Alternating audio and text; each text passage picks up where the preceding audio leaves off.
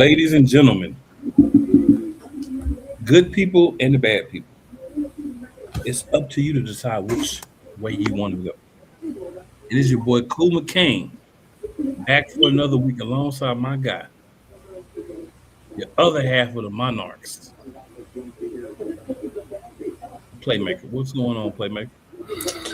Not much, man. Not much. How you want to start this off, man? Because I know you've been Well, going through it. I first want to shout out Mr. Cole Johnson for hopping on last week, excuse me. Had some things going on that kind of stopped me from being able to be fully on last week. I was able to slide in for the last part of the show um, through audio, but unfortunately, I wasn't able to get everything together to get on video and all that. But it's all good. We back in the building this week, so we got a couple of things I definitely want to cover today. We've been lacking on the TNA AEW a little bit because WrestleMania, right? Be 100% honest with y'all, and y'all let me know in the comments if you disagree. I don't feel like it's been a lot really going on um, with TNA. A couple of things, not saying nothing, but not a lot. AEW, a couple of things happened, right? We'll talk about some of that. But our first, man, I just want to take a second. I had a good friend and a mentor pass away, one Mr. Chris Bass last week. And some of you may have saw my post, but he meant a lot to me because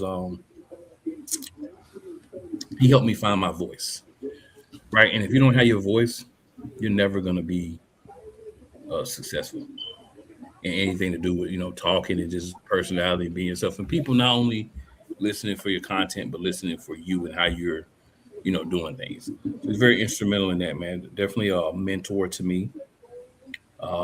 Big brother, a guy that I love that man. He could talk to you about anything, right? Politics, sports, religion, anything. And when you have someone like that and you can see them in action and you can not only learn by listening, but learn by just being around, just watching. I think it means a lot. And there's so much I can say, but we only have so long for the show. So I just simply say, man, I appreciate you, Big Bro Base, everything you brought to the table. Thankfully, we do have YouTube and Facebook, so I always can go back and watch things that you did, and get some motivation from that, man. But you're greatly missed, and anyone to know you, I believe, would miss you. And if you didn't know him, uh, I'm sorry you missed one of the geniuses of broadcasting. So rest heavy, my boy. I appreciate you, man, and wish you were still here. But I'm gonna see you again one day. Um, Pretty much all I got to say on the emotional side.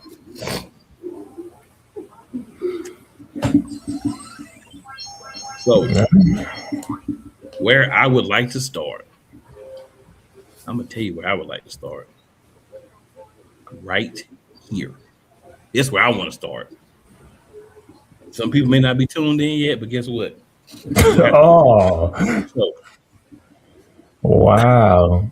Start with the biggest headline first, huh? I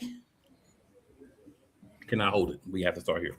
All right then. Well, ladies and gentlemen, if you been paying attention to your socials, you have been informed that WWE made a round of releases. As you can see on the screen, if you're watching us on the Real Play Callers YouTube channel and the Playmakers Network YouTube channel. You got Andre Chase, Fire, Zoe Starks, Alistair Black, Zelina Vega, Santos Escobar, Apollo Cruz, the entire Y6, Bo Dallas, aka Uncle Howdy, Joe Gates, Eric Warren, Dexter Loomis, and Nikki Cross, the Motor City Machine Gun, Alice Shelley, Chris Sabin. But the name that has everybody fired up is one at the top of that list. One Kyrie Sane. I think this is where I will be in the background and y'all get to listen to somebody. So, I'm going to save my thoughts on the on the what would be, I think, the right hand collar with the YS6 and Motor City Machine Guns to later on in the show. But I am going to give my thoughts on the what should be the left hand side, starting with Kyrie saying. So let me start it like this. Andre Chase, okay. We're not really pressed by the release of Andre Chase. And these are the main roster, mainly people released. There's a couple of other people released, and there's one of those people that has everyone in the uproar as well. I'm gonna find her name here while we're doing the show, and I'll talk about that too. So Andre Chase, yeah, I don't even know why he was still there. To be completely honest, Alba Fire.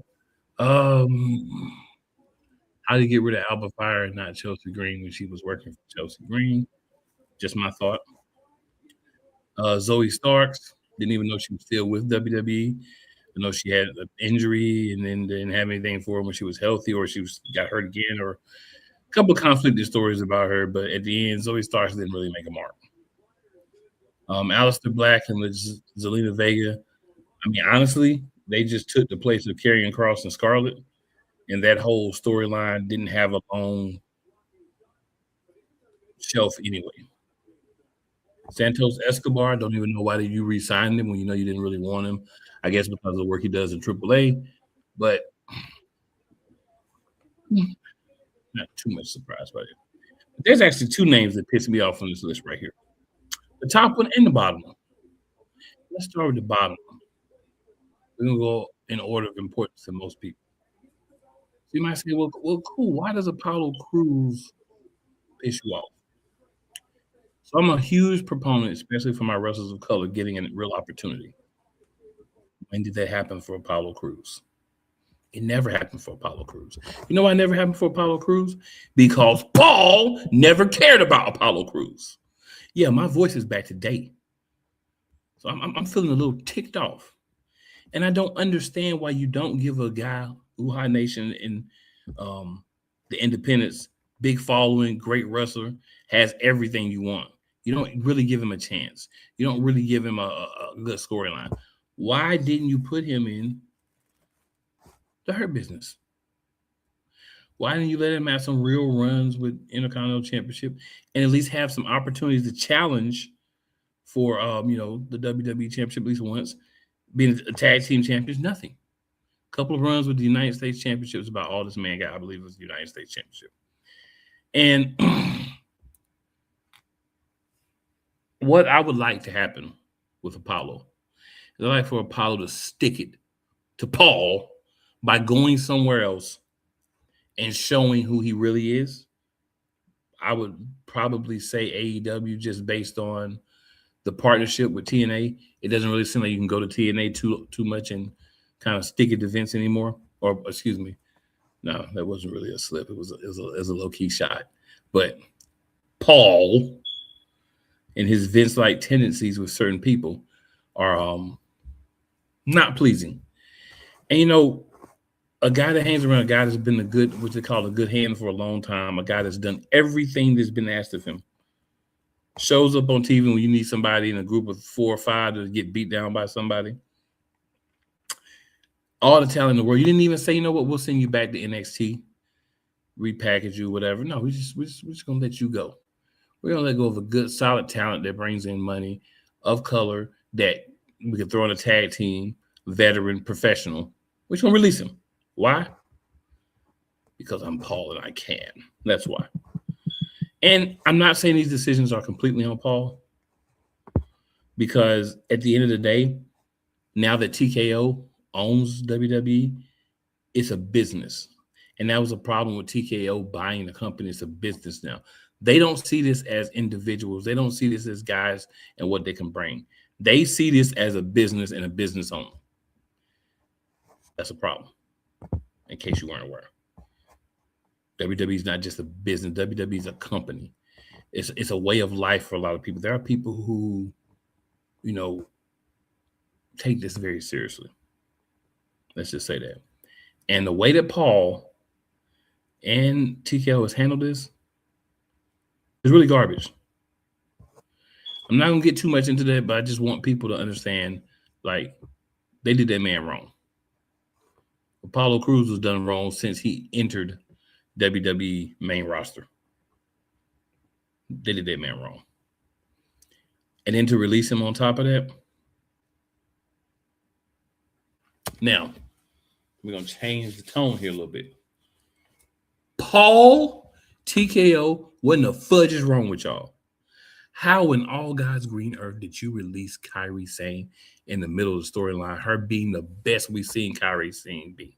And you're going to release her in the middle of one of the main storylines in the women's division, and you release the pivotal character. Because this whole thing was supposed to be leading to, is Kairi going to actually finally leave Asuka, go on her own and do her thing? Or is she going to stay Asuka's lackey? And if she does turn on Asuka with Io Sky, what's she going to do? And you had nerve to just release her? This is a story you've been telling for what? Since Bayley was part of Damage Control. Since they were Damage Control, you've been starting this story. And instead of finishing it, we're just going to release one of the main players of this part of the story. That's why people trash WWE. That's why athletes, that's why fans, that's why the people that live in their mom's basement at 30 plus years old, this is why they have legs to stand on when they attack WWE. You don't have anything better to do with your life than release people who matter and keep people who don't matter. I could give you a list of people. I'm not going to. I can give you a list of people that just should have been released before Kairi Sane. And I'm sure at least a couple on that list will equal her salary. So what are you going to do with the storyline now? What are you going to do with the storyline now, Paul? The one y'all been pushing for over a year, Paul? What are you going to do, Paul? What about Kairi? Huh? Great idea. This is what you get when you get guys together. They have some great ideas, and they think they know everything. They think they have all the ideas. Now, what do we have? Io Sky and Asuka. Are they going to get back together and be buddy-buddy? Are they going to have one-on-one fights? What are they going to do? Nobody gives a flip now. And that's all thanks to Paul and the rest of the creative team. So congratulations in taking one of the only really good storylines that you had and destroying it. Again, that's why so many people that actually watch the program get pissed off at the program. Wonderful. I'm going to keep it cool now because it's still another one coming. So I'm going to keep it cool for now. But that's all I got to say about that.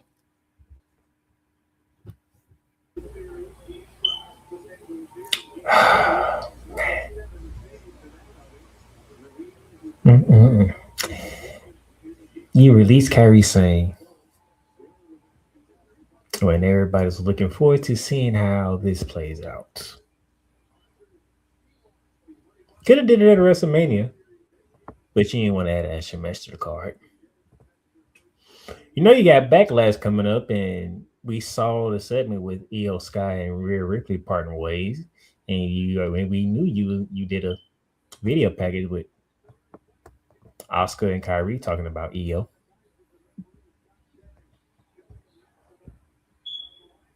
So that's pretty much the last we get to see of Kairi, a video package.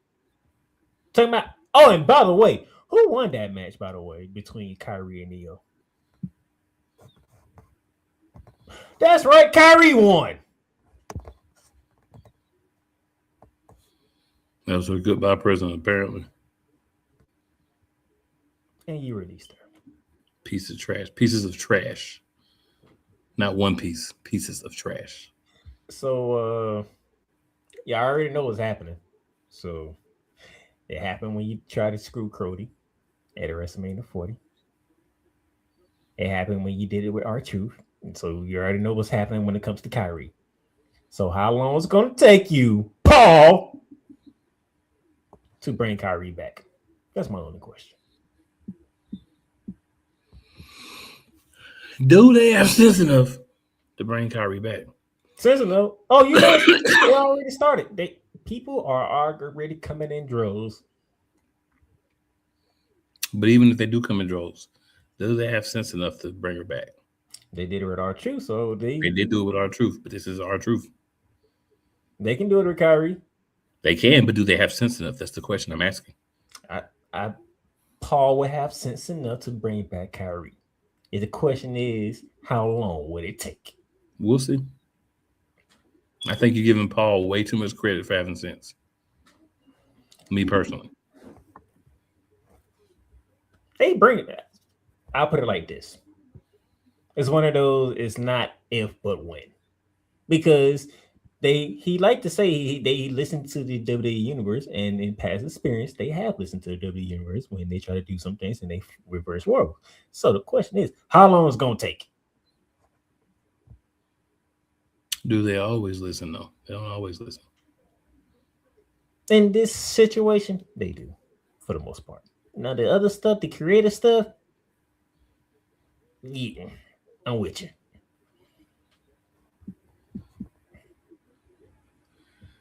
Like I say, man, I just don't want people to be too But disappointed when they here do we what they go. do. Oh no. We putting Paul on the clock here. How long you gonna wait?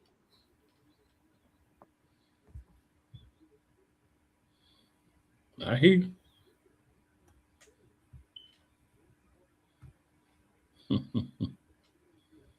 I hear you. I'm just saying.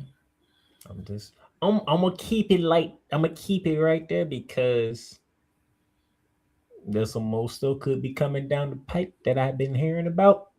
And if it does come down the pipe, uh, y'all thought what Cool did was going on. Cool might not be on the show next time if this comes off. Cool might not even be on the show for this.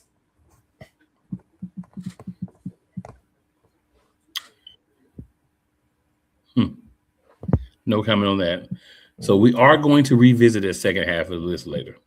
We're going to revisit that, but I wanted to go ahead and get that started. Not pleased with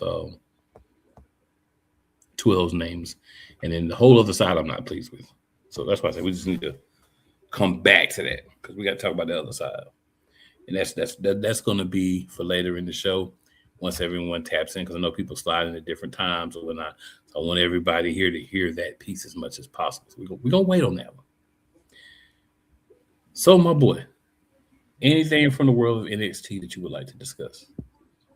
Unfortunately, yes, I forgot it was week 2 of NXT Vengeance or Revenge. Well, Dion Lennox came up short against Miles Bourne for the North American title.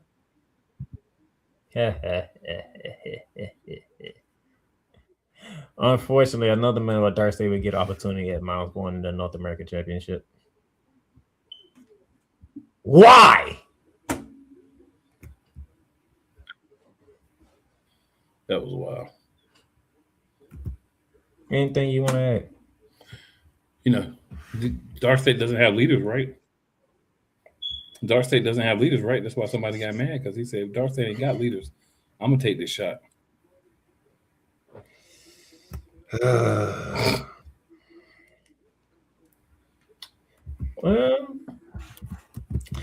Well, WWE decided to send Joe Hendry out in a very peculiar way.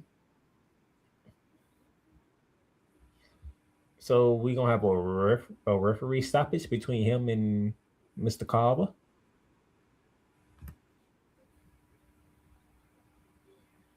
I will say though, Mr. Carver seems like he has a different tone to himself all of a sudden. Kind of like it.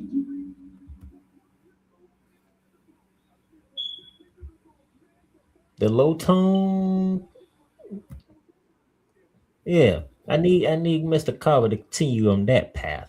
Cause when you have that low tone and being as big as you is and seeing the damage that you can do, that's more scary than you talking all big and loud. The nice slow down tone, that's more scarier. Do you agree?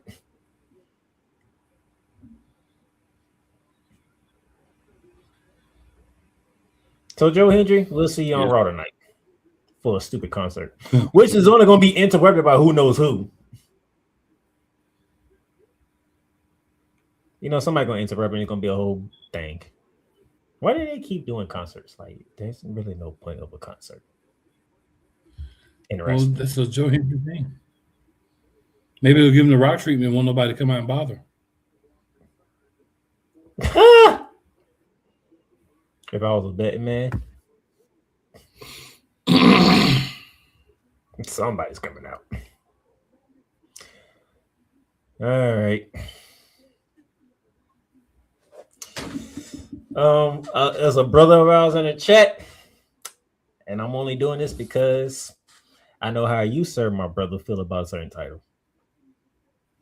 So, matter of fact, give me a solo shot real quick.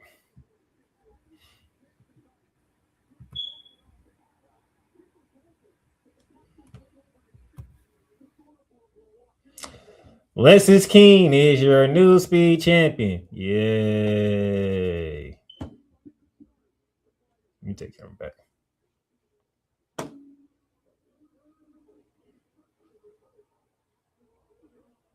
You muted. You muted. Boo! It's still a championship. WWE suck for that. That's why I did that. El Juggalo says, "Whoop whoop." What's up, El Juggalo? And we got. I ain't been able to say this in a long time, but guess what? We got Vicola in the chat. What's going on, Vic? Rod says, "What's up, fellas? What's going on, Rod?" And Benny Boom says, "What's good, fellas? What's up, Benny What's Boom?" Up? Hey, we in the building today, y'all. We talking. So, anything else from NXT, sir? You know, my girl got put in the casket, man. My girl got put in the casket, bro. Yes, you did. That's why you trying not to laugh hard. It's all good. Yes, you did. Black Mirror got put in the casket thanks to Tatum Paxley for the Women's North American Championship. And she'll get resurrected on SmackDown. So don't let it hurt you that much, sir. Why gotta be SmackDown? Go to Raw. I already got. She has to make the decision. I know she does it, but I already have enough loves on Raw. I mean, on SmackDown, I need some on Raw. Well, next time it happens, you make sure you reach out and let your boy Paul know that. But,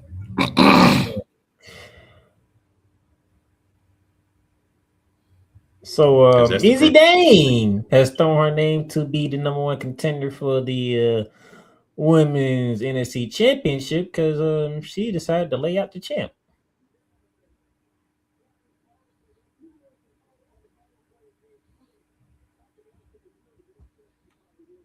That kind of sucks.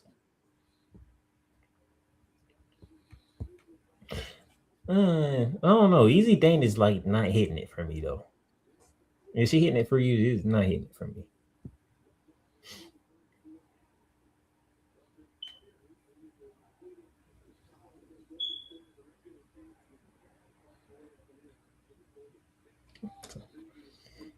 I'm not. I don't know. Something's just off with Easy to me. I don't know what it is. She doesn't have it. That's what's off with you, sir. That might be what it is. She doesn't have it. That's what it is. She doesn't have it. She doesn't make you care about her. I'm not here to whatever, but I'm just keeping it real.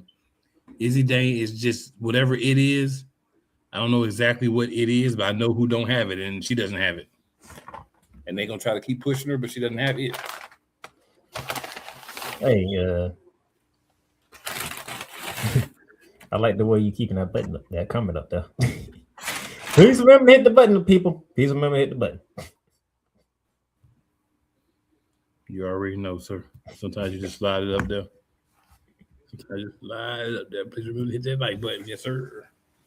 And finally, Zarya finally beat Sodaruka, but we already knew because she was at Raw the night after WrestleMania. That's the call up. That's the goodbye match for sure. You know what's crazy?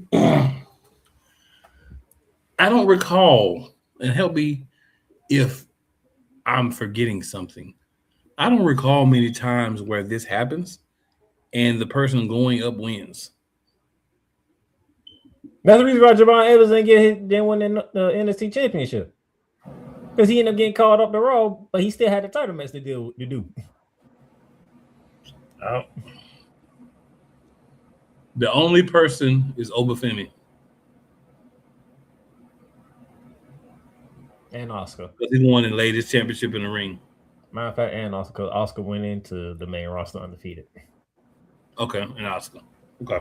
That's why I say help me remember somebody if I'm forgetting, because it's been a long time, but I'm gonna feel comfortable saying 99% of the time, if you moving up, you catching a big fat L on that last opportunity time. So Ruka definitely caught a big fat L. Well, Ruka got destroyed. That's what happened to her. I was more worried about. I was waiting for updates saying somebody saying that they were gonna say that she's injured or something, but I ain't hear nothing in a week. So I'm like, okay, she might be good. Yeah, she ain't go through that table the proper way.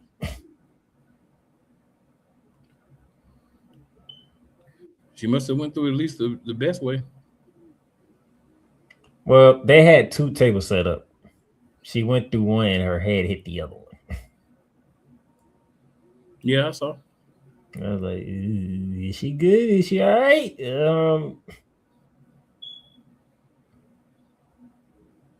But none came out, so I'm guessing she's good. And that's NXT Vengeance.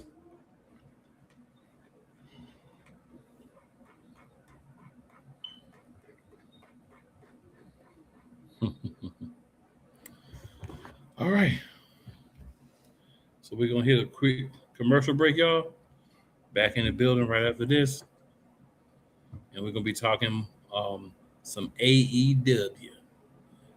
And if y'all have anything y'all want to add in the comments, feel free. Feel free. That's what we're here for. Hey, Eagles fan. Join my man Cool McCain and a host of others as they break down every single game, every single week in an objective manner, and also from a fan's perspective as well. Remember, this cast feels just like you. Nobody likes you. And you don't care. Fly, Eagles, fly. Eagles Elite Podcast. Every Wednesday at 8:30 p.m. Eastern on YouTube and other podcast outlets.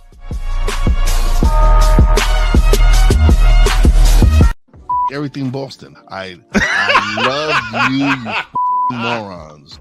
New Kids from the Block, New Edition. Dear whatever the law firm is. Sincerely, the U.S. Supreme Court. Ben Affleck, Matt Damon. Go yourself again, Jason Whitlock.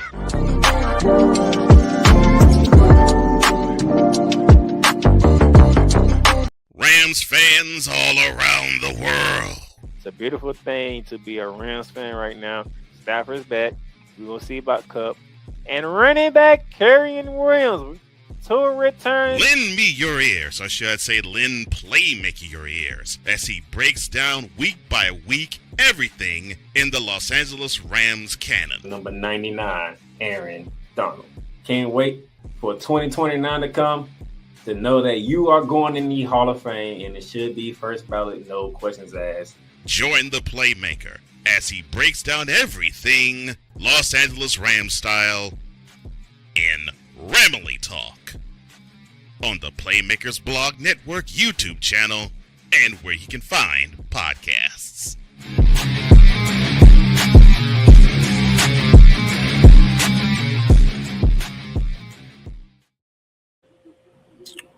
All right, good people. We are back in the building. Time to talk a little good old. I said AEW. We didn't go over TNA. My bad, y'all. I'm tripping here.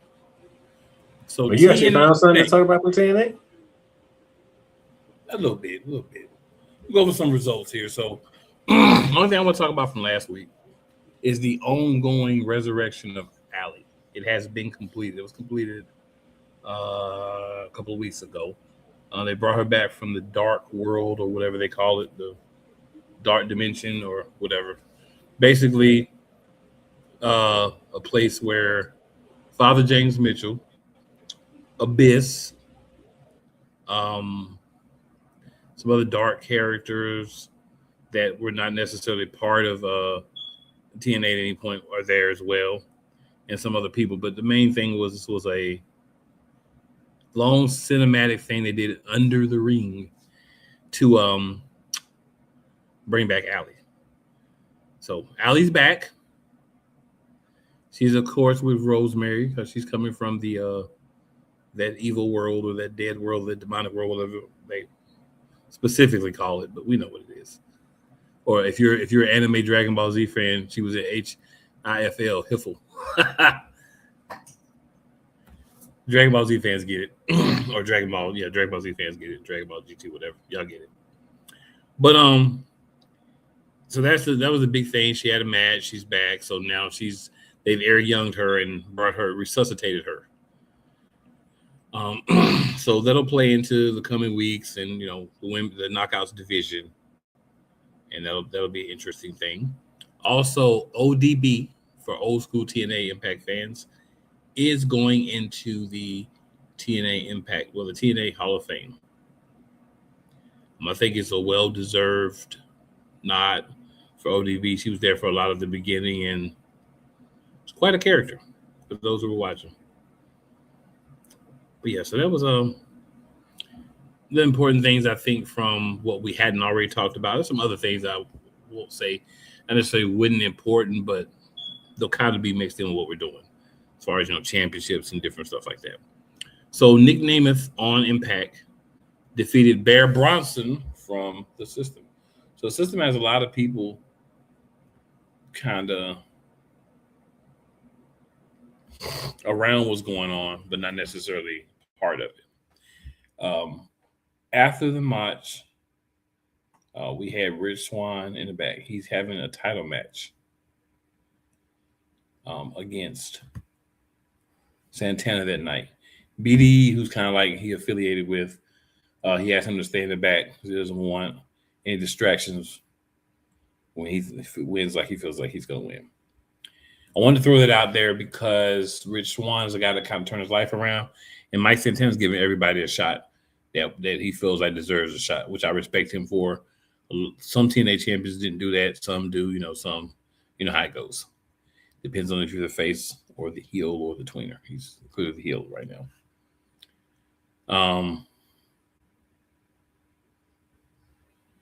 There was a point in the match where Nick Nemeth was surrounded by the System. When that happened, Casey Navarro came for a distraction. Ryan Nemeth rolled his big brother back into the ring. Bronson got blindsided with a super kick and a danger zone, and that's how he lost. And then there's a thing brewing between Casey Navarro and Ryan Nemeth because Ryan says that Casey is trying to take his spot as Nick Nemeth's little brother. So it'll be a heel turn somewhere in there. We'll see how that goes. Elijah had a concert. Playmaker just told you how concerts normally go. But this was Frankie Kazarian in an Elijah disguise. He was going to sing Kaz as my daddy. As he got ready to sing that, the lights went out. What a shock. And when they came back on, of course, Elijah was choking Kaz with a guitar strap. And why? Was a guitar strap match. And then he sung Frankie Blows.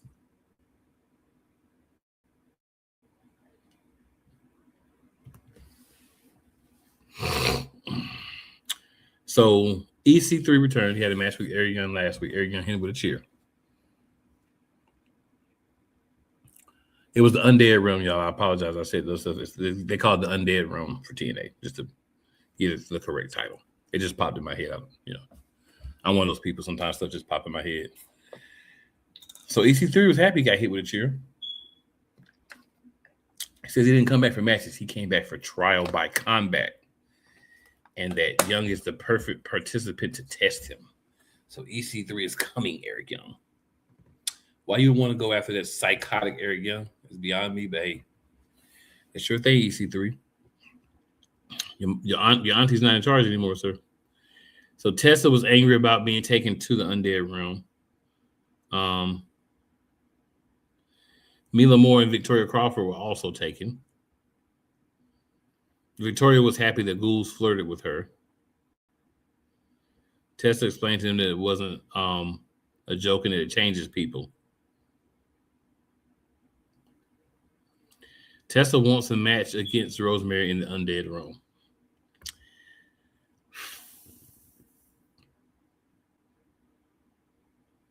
Well, excuse me, she wants a match next week, not in the undead realm. Excuse me, I misread the ending part of that. So she wants a match against Rosemary next week.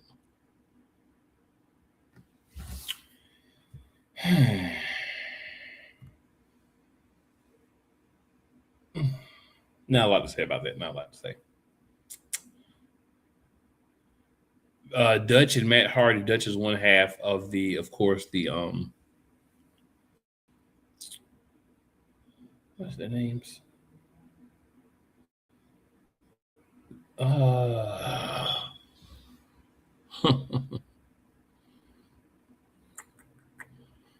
It escapes me for the moment.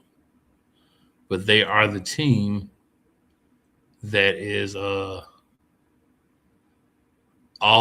up on the hardest to get those championships.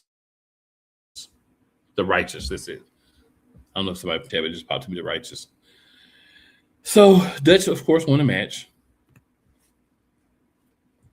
That's no surprise. All right, then Zaya Bookshire betrayed Li Ying Lee.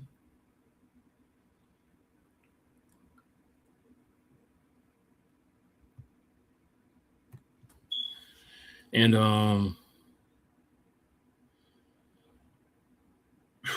so Zaya turned on Li Ying Lee last week. Zaya accused Lee of playing mind games on purpose. Zaya also claimed that Robbie Brookside never supported her career. She said she did everything alone. She said Lee knows how it feels to be alone. All that stuff. And then Lee apologized. Zaya accepted the apology, and then flashed a nasty face and attacked Lee again with a DDT. So they're setting up a big match for used to be friends. Zaya Brookside, Lee, with Zaya, of course, being the bad guy because Lee is going to be the good guy. Atlanta Black defeated Katie Arquette, the sister of David Arquette.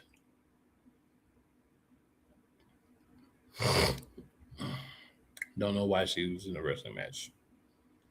Mustafa Ali is the international champion.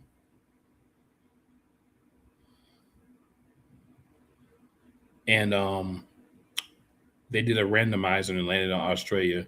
So Adam Brooks gets a title match next week against Ali.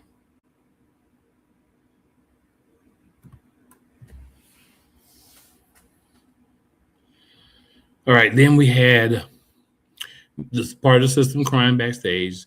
Barry Bronson was mad about losing, said he'll correct the mistake. Cedric Alexander wants another title shot at Leon Slater because he lost to him at the Rebellion, but then he beat him last week. And then he says you can't beat the system. Then we have Mike Santana and Rich Swann. And Mike Santana won. It was touted as a match of the year. I actually watched, and I'm gonna say it's a little bit of a reach. It's doable, but it's a little bit of a reach. So we're gonna roll with that. We got a few comments here.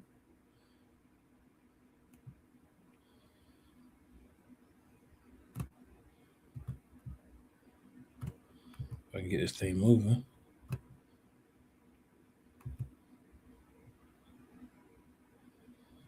Baby Boom said she's fine.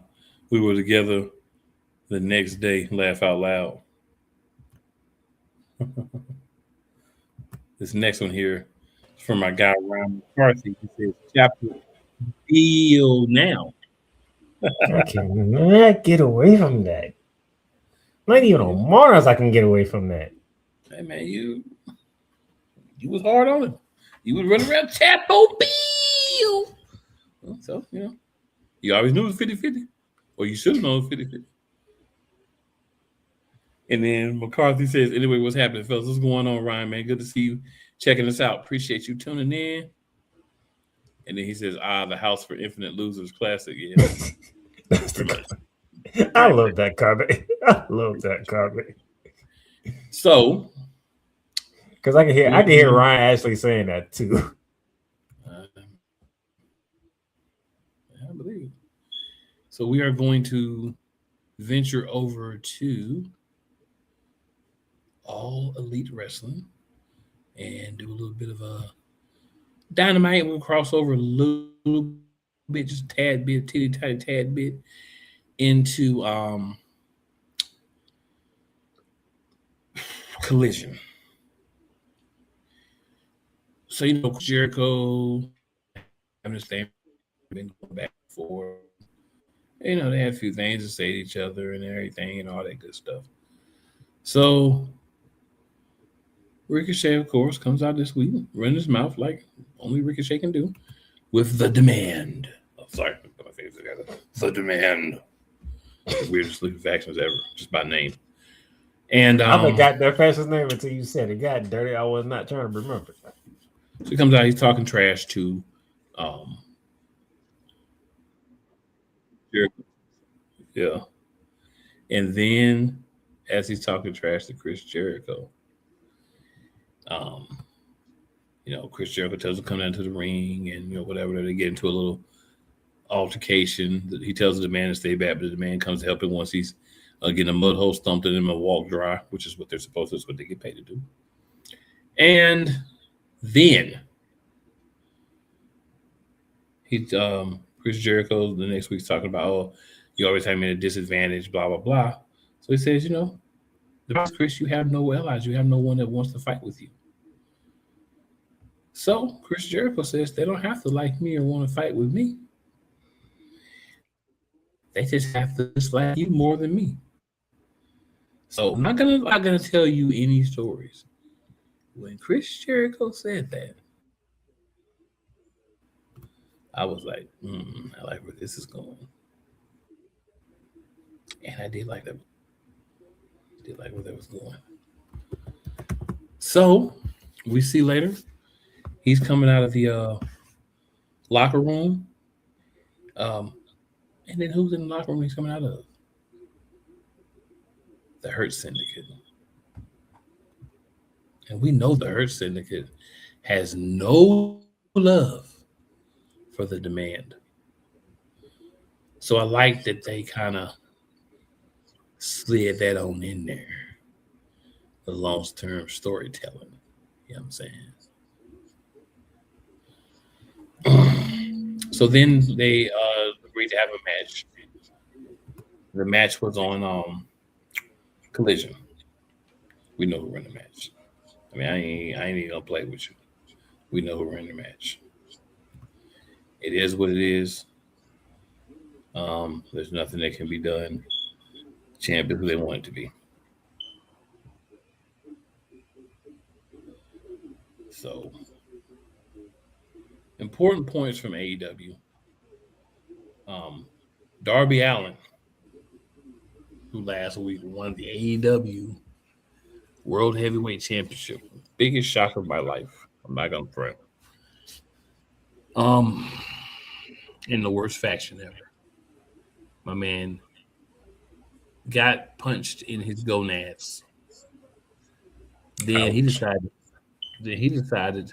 to punch our champion at the time in his gonads. So apparently somehow Darby Allin's gonad punch was so much stronger than MJF's. MJF was just writhing in pain. Darby Allin gives him a coffin drop from every corner and then pins him. That's how the second reign of Maxwell Jacob Friedman ends. So if it were not for me saving for WWE, this would be a bit of a rant. What it's going to turn into is this. Tony Khan's back on the powder, heavier clearly than before. He's having apparently, thunderstorms and hurricanes together of tornado powder. You know what kind of powder I'm talking about. Why in the world would you have the match in that way?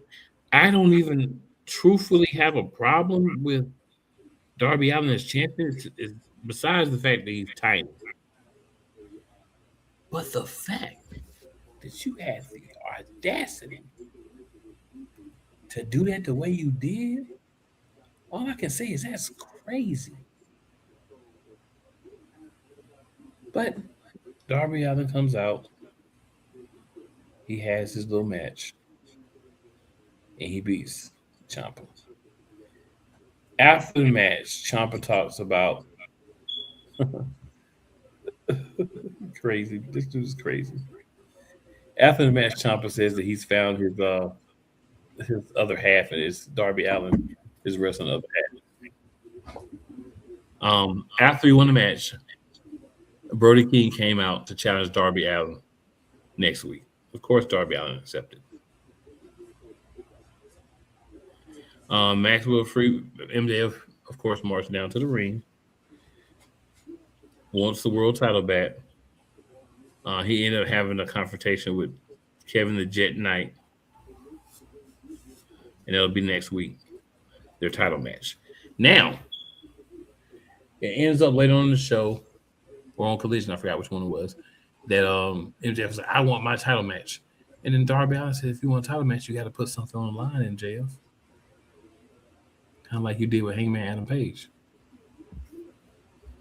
So that's where that's going. So hopefully, I'm gonna say hopefully, maybe in a I'll fight you for the championship, and if I beat you, Hangman can challenge for the championship again. That's what I would like to see.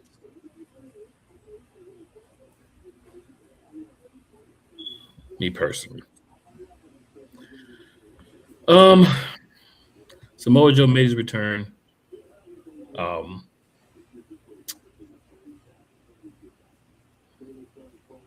They are adding Anthony Bowens to the squad.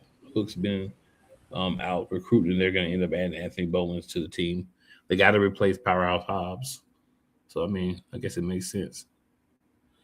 There were some challenges made.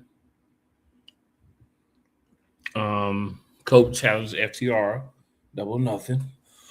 There's a 10-man tag team set for Collision that was set up that night.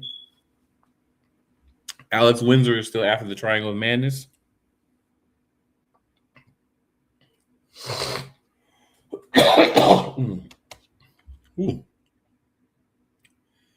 And the Jet interrupted MJF on his way to the ring.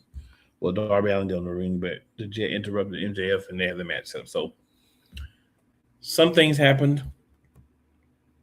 I would say not too many things, but some things did happen on Dynamite Collision. Excuse me. Now we're going to take a quick commercial break, and we will be back. Join Ryan McCarthy. I became a Jets fan because Kurt the Frog was my favorite Muppet because he was green, and the Jets wore green. That's how I became a Jets fan.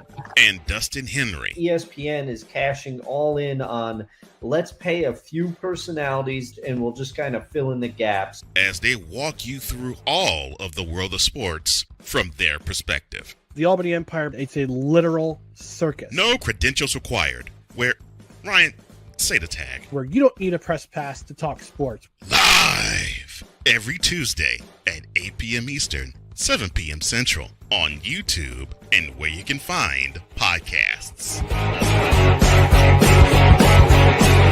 Whether it's the men's college game, The way that this season has been going, yeah, anything is possible. the women's college game, And how passionate Ancient Reef was at that press conference. They got their mojo now. the WNBA, AJ Wilson Brown stood 1 and 2, followed by Brittany Griner, Aaliyah Boston, Jackie Young. or the NBA. The Lakers had a 0.8 chance of winning. The winning. In the fourth quarter. LeBron James by himself. Outdid the Clippers. You will get any and all of the information right at your fingertips or your earlobes. Join the Playmaker as he breaks down all things basketball in Shooting Lights Out on the Playmaker's blog, network, YouTube channel, and where you can find podcasts. Join the transporter to Hades. Your butt and gut becomes one.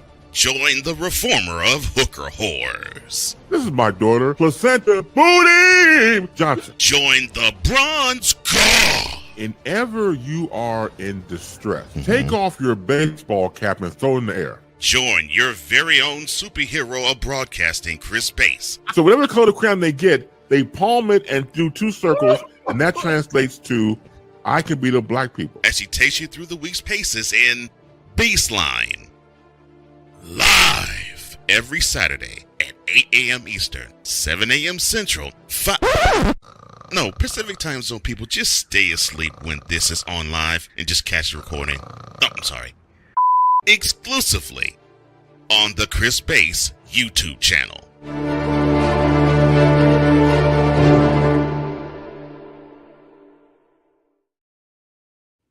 All right, so we are back in the building.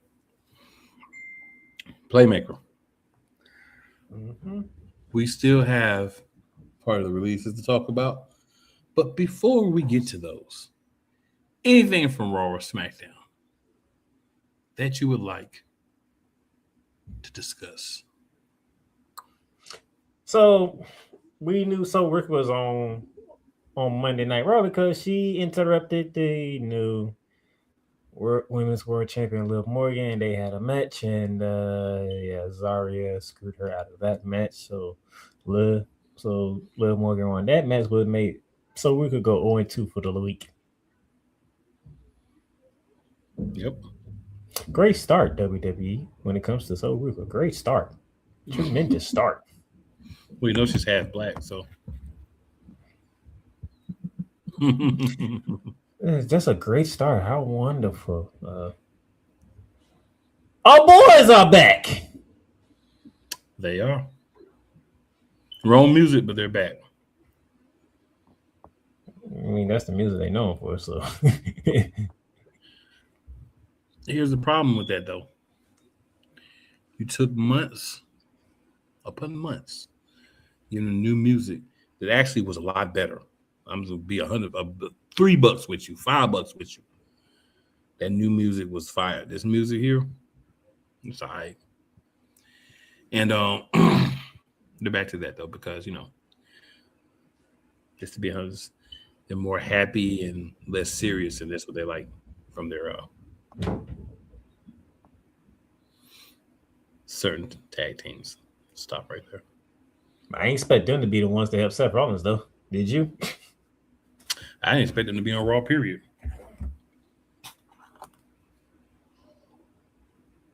So we are in agreement on that one. So, anything else noteworthy happened on Raw? Oh, yeah. Oh, yes. So we knew Roman Reigns was going to be the world champion coming out of WrestleMania. And then we did hear him say he was going to be around all summer. So like we get to see the Tribal Chief most likely already up until SummerSlam, which is most likely he'll lose the title and go off on his sabbatical. The question we was wondering was,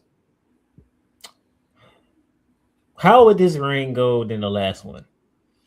And before we could get a good day in of Roman Reigns, seeing Roman Reigns as champion and practically the bloodline being back together, Mr. McCain, who surprisingly, and I do mean surprisingly out of nowhere, popped up on Raw.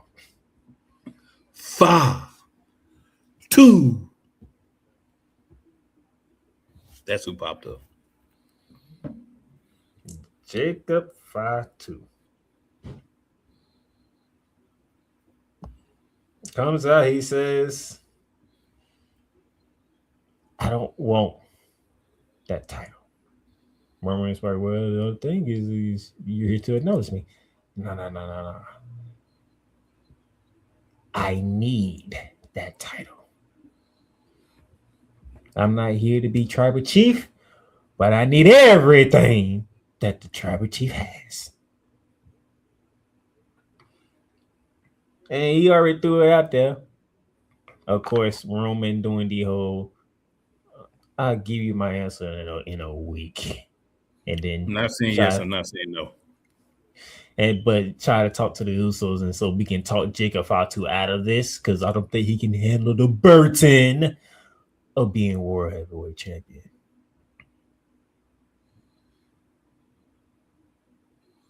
But Fatu's coming for the world title. And you want even further evidence why he's coming for the world title? Let's go to SmackDown. The Usos came out. They tried to talk to Fatu. They said what they said. He said what he said. Then the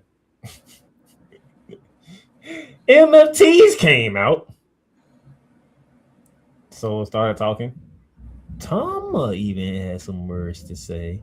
Words that got Solo into a match with Jacob Fatu. To the point where Jacob Fatu not only beat Solo, he also beat the other 4 members of the group outside of Tala Tonga because he was absent, peculiarly absent. With Solo on the outside of the ring with a smile. Was he laughing or was he smiling? He was laughing and smiling. Well, he was destroying the MFTs.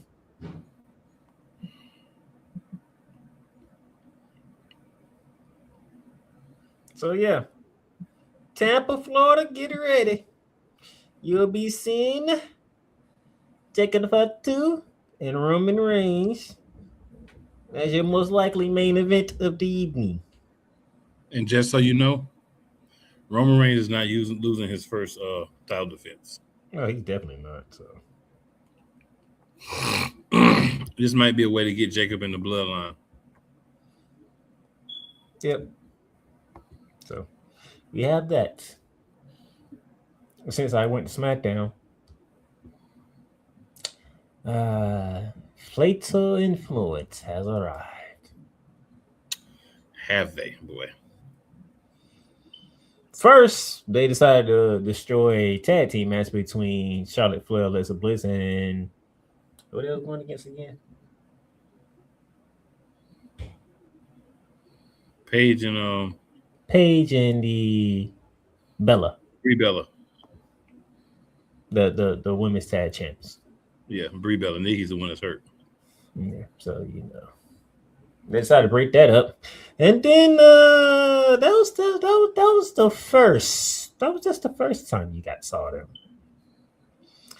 They also decided to put a 3-on-1 beat down on the new WWE Women's Champion Rhea Ripley. One hell of a debut, Fatal Influence. I give you that. One hell of a debut. Definitely made some noise. And even though we have had conversation about one Raheem Cody Rose, I must say, Friday, Mr. Rose, I enjoyed your promo. I definitely enjoyed the promo. I did. I enjoyed the promo too. Easy to find, hard to beat. Well, yeah, I can rock with you, Cody. I can rock with you on this one. But you did show up on Raw out of nowhere too, and you and CM Punk had a nice exchange too. So, acquiring minds are wondering, are we going to see a Cody Rhodes CM Punk storyline coming about? Inquiring minds. All you had to do was pay attention. Of course, you are at some point. You just don't know when. Because part of the play that Jimmy wanted Jacob to run was to go after Cody and not Roman. And Jay was just like, "Is you ready for it?" Jimmy was smart. Jay was a high head as usual.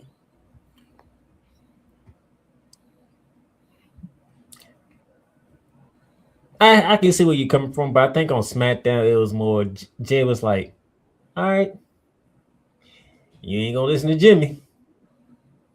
Let me talk to you then. Yeah, but still a high-headed approach.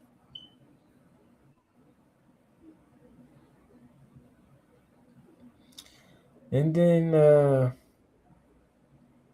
actually no, that's all I care about from this week of wrestling because the list has been the biggest talked about from WWE more than anything that happened on Raw or SmackDown combined.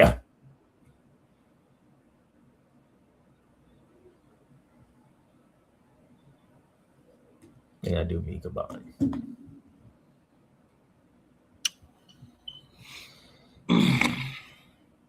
We were here earlier. If you see this not live, but later on, just want y'all to listen to me. Hear me. The Motor Freaking City Machine Guns, legends in Ring of Honor, legends in so many wrestling promotions, legends in TNA. They come to WWE. They start off with a World Tag Team title, SmackDown World Tag Team title win early on. And then nothing. Why? Well, so we can have a feud that lasted way too long between the MFTs and another team I'm going to talk about in a minute, the Wyatt Six. So you have the nerve, Paul, to cut tag teams when your tag team divisions are hot, melted, nasty, 95-degree doo-doo and trash juice mixed together. The tag team divisions. The tag team champs on SmackDown right now are Damian Priest and R-Truth. They're not even a tag team. And they're the tag team champs. And they try to sell it to us fans. Oh, they get better every week. If they ain't even good together, how the freak is they tag team champions? But you take a real tag team, an established tag team, a tag team that you pushed to the moon when they first got there. In a year, you've released them. You know what this is? This is an indictment on Paul and his staff that you couldn't get your stuff together enough to have your real good tag teams. The solid workers, the veterans, the guys who don't mind putting young guys over, helping guys, come up and get better. They can't win championships but one time when they get there. But the MFTs and the Wyatts can hold the belts for, 5-6 months together between the two? They have this huge feud over them. And a lantern. We're going to say the lantern for when we get to the Wyatt Six. Yeah, we're going to say that for that. So I'm telling all of you veteran tag teams, if you're out there from other promotions, you didn't cut your teeth in WWE, stay the fudge away from WWE. Because it's how they're going to do you. It wasn't Vince. This is a company thing. Paul is doing Vince 2.0. And this is garbage. This is hot doo-doo sauce. There is no reason why the Motor City Machine Guns shouldn't be tag team champs instead of being kicked out of the WWE. Released. Not only they released with the likes of Andre Chase, Alba Fire, Zoe Starks, Santos Escobar. That's a disrespect to those men. So I'm telling you, tag teams, listen to me.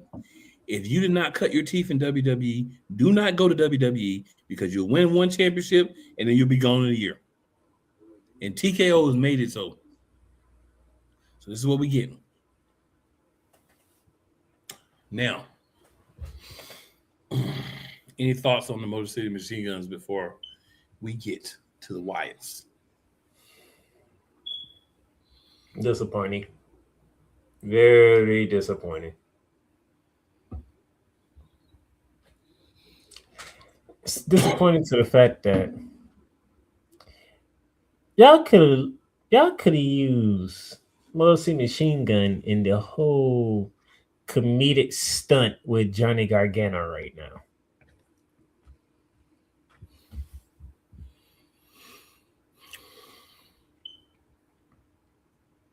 And why is Johnny Gargano still there?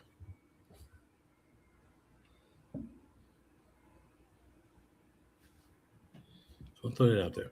Now let's go to the one that pisses me off the most. Uncle Howdy Bo Dallas took on the mantle of the leader of the Wyatt Six because of the death of Bray Wyatt, his brother. They're called the Wyatt Six, kind of a play on the words on number 6, but there was only 5 of them. They started on Raw as this unstoppable force. Then they were a stoppable force and they got traded to SmackDown. Here's the problem I have. And I'm not yelling today because I want to make sure that everyone understands why I'm pissed. You came out, Bo Dallas, Eric Roman, Dexter Lumis, Nikki Cross, Joe Gacy. They all had the interviews explaining why they're in the Wyatt Six, for what reason and all that. Thought that was fantastic. Way to do them after the intro. The problem is WWE and Paul specifically does not know how to deal with supernatural factions or wrestlers. They don't have to be around all the time. But you have to understand when they're around, things like their lamp getting taken by Solo Sikoa and L for months, that can't happen. You're saying in story that the lamp has this supernatural power from Bray Wyatt. And you mean to tell me Uncle Howdy gonna let Solo Sikoa silly button his little team of misfits take it from him and keep it? So they're supernatural, but when they're in the back, the lights can't go out and it disappear. When they walk into the ring, lights can't go out and disappear. You can't think of any of those other ways for them to get the lamp back besides having Tama Tonga give it to them. You know what I said at that moment? They gone. That I did. I said they all gone. Because you didn't even win back your most precious possession from Bray Wyatt. It was taken from you. And that's how you wrote them, Paul, TKO, and who the freak ever else was part of this garbage whole program, right, and everything. They can take the breaks. The breaks are not the issue. It's when they come back and they're still doing the same thing. The feud with the MFTs was way too long. It didn't need to be all that.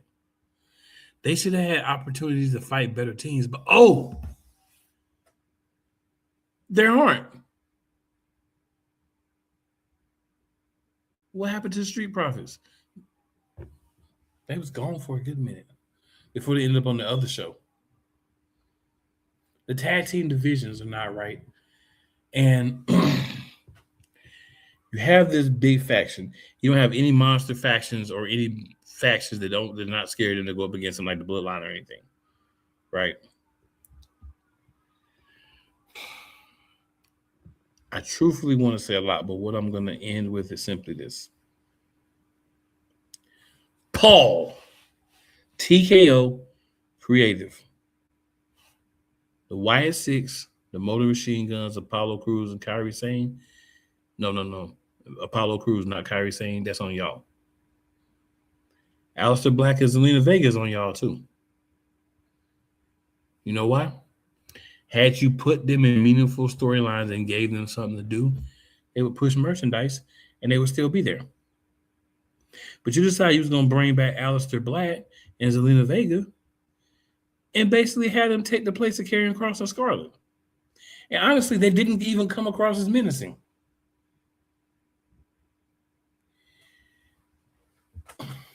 There have been successes. And I won't say that there haven't been successes since this whole Paul being in charge and TKO taking over. But what I will say is I'm seeing a lot of misses with this as well that I'm not used to from WWE. I'm not used to WWE having so many misses. I'm used to them, missing on a couple of things, but not to the level that they are now. Starting and stopping, not finishing storylines, releasing people in the middle of runs, bringing a group in, building them up, and then releasing everybody a couple of years later. If you would take the time to pre-plan out what you want to do with these, especially groups when you bring them in, right? You may not have the exact opponent, but they're going to have a feud for 2 months, maybe a feud for 3 months or so, but we're going to get to the main pay-per-views and we're buying off these feuds. But to do that, you have to be on the main cards for PLEs. And guess who doesn't show up on PLEs? Wyatt Six, the Motor Machine Guns, Aleister Black, Zelina Vega, Apollo Crews, Kairi Sane. Consistently. I'm so disappointed in just usage for guys. Remember when they started doing the 4 matches, sometimes 5 matches at PLEs, and I started complaining? This is why. These guys, Wyatt Six, Motor City Machine Guns, Apollo Crews, Aleister Black, Zelina Vega, Kairi Sane, these are the people who suffer when you do that. Because these are the people who get lost in the cracks, and these are the people who get let go. You can't tell me any of those people did not come in and do their job to the best of their ability with what they were given. But what you can tell me is they were not given true opportunities to get over in their roles, be successful, sell merch, and get more spots on TV. Except for Kairi. That's the only one of this list you can say that about. WWE, Paul, y'all have got to be better. Fans deserve better storylines from multiple characters. What if you're a fan of the Wyatt Six? What if you kind of feel the vibe that they have and maybe you understand where they're supposed to be coming from? Now they're just gone. So there's a void that nobody else can feel that you have on the roster. Right? Understand what you're doing.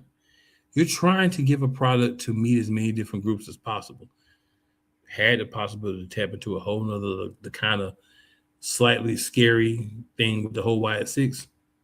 Instead of bringing another member and making it a real 6 to beef them up and make them better, what you do? You cut them. Great job, WWE. And I hope the people that are cut, some may get brought back for less money, but probably not most, maybe none at all. I hope you guys are going to have great success outside WWE and show WWE what they're missing. Because there's a lot of talent on the screen, and WWE should be ashamed of itself.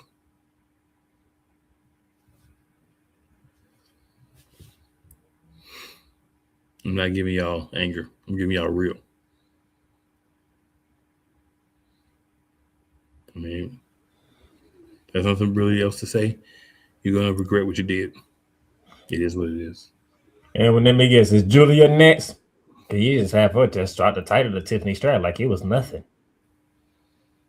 You never know. Because there's probably going to be more cuts. This is just the first wave. But let's get out of here. Monday Night Raw's on. Y'all go watch Oh Baby, Y'all Like It Raw. And we will see y'all back next week. We got 2 comments. Man, we'll be all right. And we will see you guys next week. Same bat station, same bat time. One more shout out to the homie Chris Bates, man. We're gonna miss you.